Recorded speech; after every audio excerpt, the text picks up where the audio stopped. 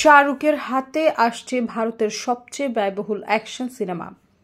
শাহরুখ খানের নতুন cinema king নিয়ে বলিউডে শুরু হয়েছে তুমুল আলোচনার ঝড়। বিশাল বাজেট, আন্তর্জাতিক মানের অ্যাকশন দৃশ্য আর তারকাবহুল কাস্টিং সব মিলিয়ে ছবিটিকে এখনই ভারতের ইতিহাসের সবচেয়ে ব্যয়বহুল অ্যাকশন সিনেমা হিসেবে দেখা যাচ্ছে।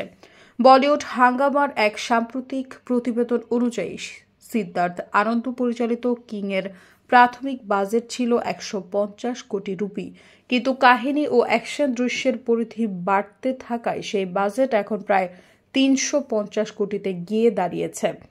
বিস্ময়কর ব্যাপার হলো, এই বিশাল বাজেটের মধ্যে এখনও সিনেমার বিপণন ও প্রচারণার খরচ যোগ করা হয়নি। জানা গেছে, প্রথম দিকে ছবিটি পরিকল্পনা করেছিলেন পরিচালক সুজয় ঘোষ, যেখানে শাহরুখের ভূমিকাটি ছিল তুলনামূলক সীমিত। কিন্তু পরবর্তী সময়ে প্রকল্পটি পরিচালক সিদ্ধার্থ আনন্দের হাতে গেলে তিনি শাহরুখের সঙ্গে বসে নতুন করে এর গল্প ও ভিশন সাজান।